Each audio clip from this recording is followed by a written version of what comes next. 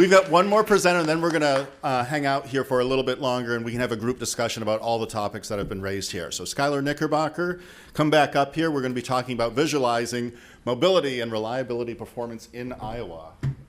So I'll be talking about the mobility and reliability in Iowa, and this is an expansion of the mobility report that the Iowa DOT asked us to work, creating their first one last year, looking at the 2013 through 2015. So we created a traditional paper report for them, but then we also wanted to create an online tool that they could use to explore the data more and really identify the causes of congestion outside of just what we looked at in the locations that we identified. So it's a partnership between Iowa DOT, C-Tree, and then Iowa State University and the College of Civil Engineering. And it's getting all the data that we're collecting from the probe data we use in this report and being able to make decisions from that data to help improve the mobility in Iowa.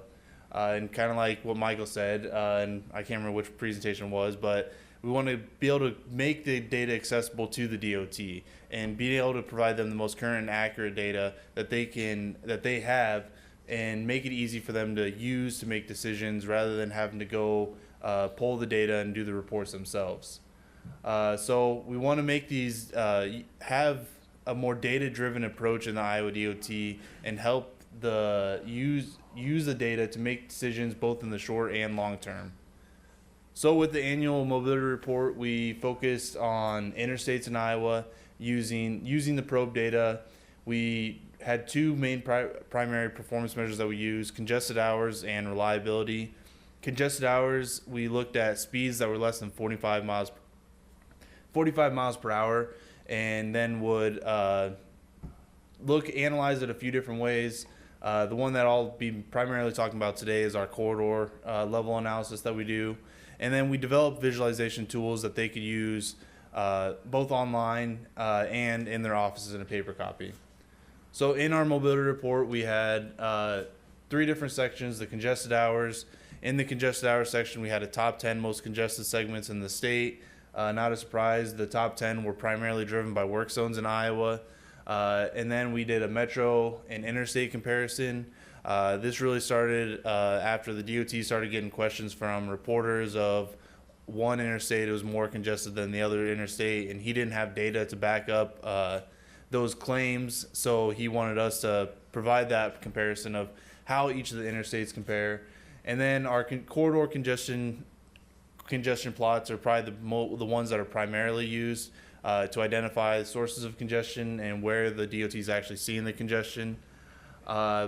We get a lot of questions of why we chose 45 miles per hour as our threshold of congested hours. So to kind of circumvent that, we do our a speed percentage. So anywhere from 70 miles per hour to down to 15 miles per hour, we tell you the percentage of time speeds were in each of those bands. So if somebody really cares of only 25 miles per hour, we can tell you what percentage of time speeds were less than that threshold.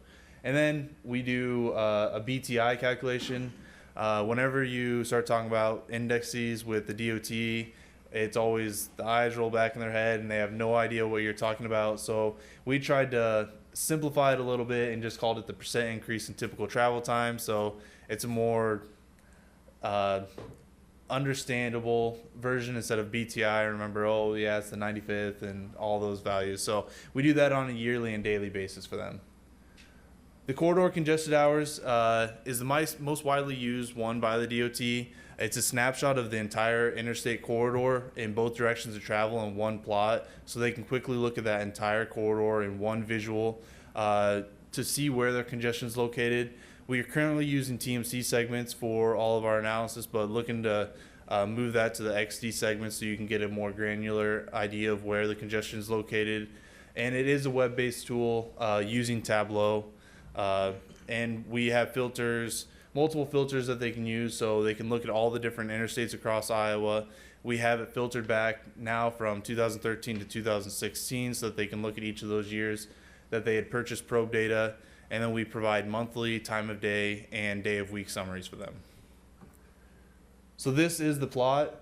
You can see the first call out is the different interstates along the top. Those are the 6 or 7 interstates that we have in Iowa. From there, you can see we have both directions of travel for Interstate 35, the southbound and northbound, all in the same plot. And similar to RIDIS stool, we have the mile marker. We don't do all the mile markers. We just do the major interstates and Iowa highways across it. And just to give you an idea of where you are located across the entire state. So in this case, it's around probably 200 miles from border to border that we're looking at in one plot. Congested hours is our x-axis of where the values are coming out. So the magnitude of the bar is how many congested hours we are experiencing. And then we color code all of the the bar charts by the month. And you can also see that we can either change that from a monthly to a day of week or a time of day. So the color of each of those bars will change based on what selection you make, as well as what year you're selecting. The magnitude of those bars will change. So here's just a video of us going through the tool. So you can see we get all of those individual values when we're hovering over them. We can select from one interstate to another. At this point, we only had up until June of last year, so I switched it to 2015. I then changed it to day of week and see that pretty much on Interstate 235 is about the only location that we do have recurring congestion. The congestion was only for the weekdays, and then in this case, our congestion, the congestion on one side of the road was in the AM because it was all the people going down into the downtown area, and then the other direction was in the PM where everyone was going back to the suburbs. What's the different color for? What? What are the different colors in the bar? The different colors, so it depends. The colors depend on which selection you're making. So I'll go back here. So whether you're doing a monthly comparison, so the months, you can see we've got 12 different colors here. So what we really use it for is identifying what the source of congestion is, because we know primarily during the winter months we're going to get winter weather congestion because of snow, or during the construction months it's construction. Then we can do the day of week color coding. So day of week is just Monday through Sunday, so you can identify where that congestion is occurring or what days of week that congestion is occurring, and then the time of day. And we block it off into four different times. So our morning peak, which is 6 a.m. to 9 a.m., defined by the DOT, the PM peak from 3 p.m. to 6 p.m., and then the off-peak hours. So they do this for winter weather to look at where the winter weather is occurring. So I think this was 2015 data that we were looking at. So you can see in the Des Moines area, the lighter blues really stand out more than what the other colors do, showing that we had a lot more winter weather related congestion in the Des Moines area compared to the rest of the state. And then you can start to see, it's a little faint up there, but up towards the northern half of the state, we see a lot more congestion during the February month. And that shows that we do get a lot more winter weather impacts in the northern half of the state compared to the southern half of the state. Construction is another major cause of congestion.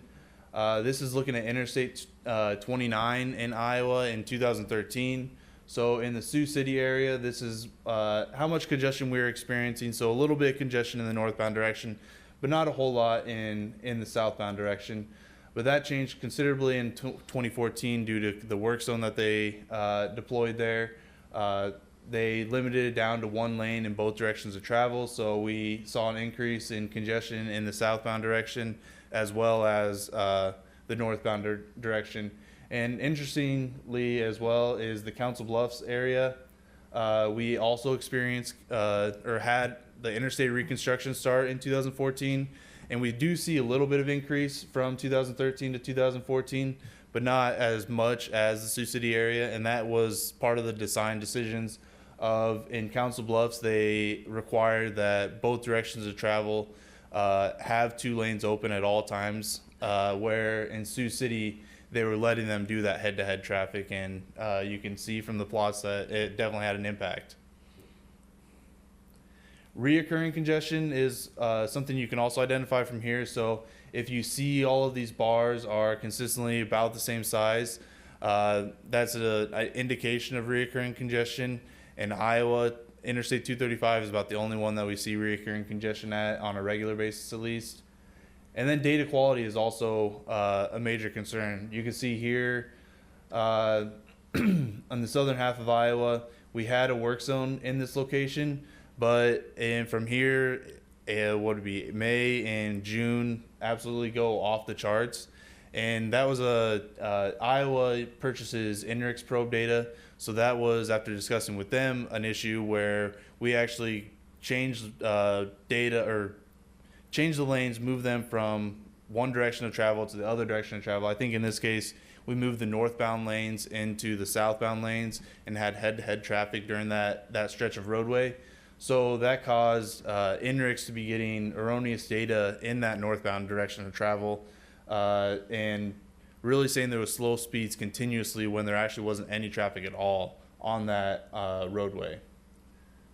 So that was our work zone, and we didn't see any congestion in that work zone, so that was an easy way of detecting that. And then you can see the winter weather again in both directions of travel, and primarily north of Des Moines in the northern half of the state. So as I said before, reliability is another performance measure that we look at. So we're doing the buffer time index that we've kind of labeled the percent increase in typical travel time. We do snapshots again of the entire interstate corridor in both directions of travel. Try to keep a similar flow from the corridor level to the reliability. We separate it into urban and rural locations. So each corridor we defined where the urban locations were, and then just broke it up based on that. And then we calculated all of our BTI performance measures during the AM peak, the PM peak, and then an all time period. And the AM peak and PM peaks were both limited to weekdays. And this was a web-based tool that we created in Tableau as well. So a similar type of plot. In this case, the band along the middle is just the different areas. So in this case, this top box is just through Sioux City, where the second box is from Council Bluffs to Sioux City, that rural area. And then we do the BTI for the all times, AM and PM peak. So you can see in Sioux City, again, we were more impacted during the PM than some of the other time periods. And then you get that comparison of how it's trending from one year to the other, so from 2013 to 2015. And this is a plot of Interstate 29, and that's all I've got. Any questions?